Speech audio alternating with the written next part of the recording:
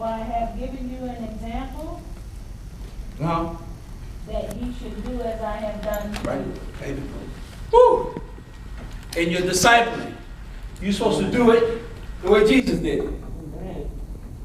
Now, let me say this to you. Jesus did his work knowing he had a Judas with him. Right.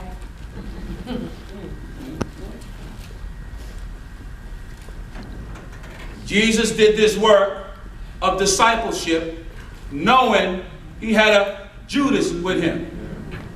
And as our dear brother Bishop Thomas preached last night, that your Judas is what brings out the best in you.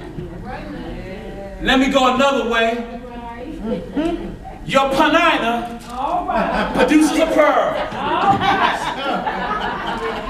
All right, Bishop. What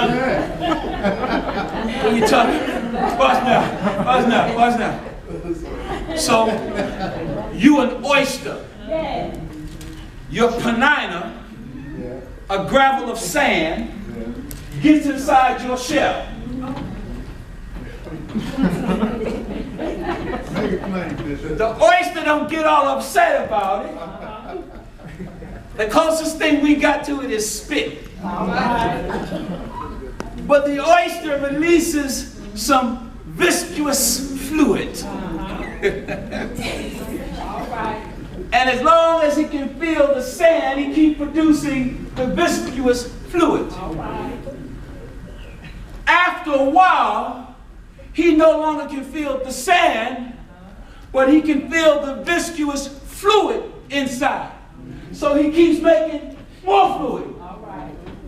After a while, if you leave it there long enough, and you're brave enough to go into the deep water, you go scoop up Mr. Miss Oyster, who had the sand inside, the panina, the Judas, if you will, and release some stuff to soothe the presence of that sand, pulls out the oyster, cracks the oyster, and there's your pearl.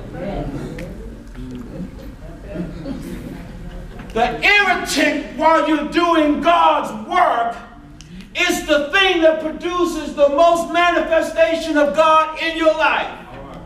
So when the challenge comes, because you know you're not wrestling against flesh and blood, you rely on the power of the Holy Spirit to empower you to release that which is already inside of you to handle what you got to handle.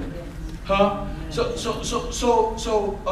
help me, Jesus. So, while you're going through life circumstances and situations, people are looking at you, instead of you being all busted and disgusted, they see you acting like, in a way that is confusing to them. Because their mind says you should be one way, but you're acting another way.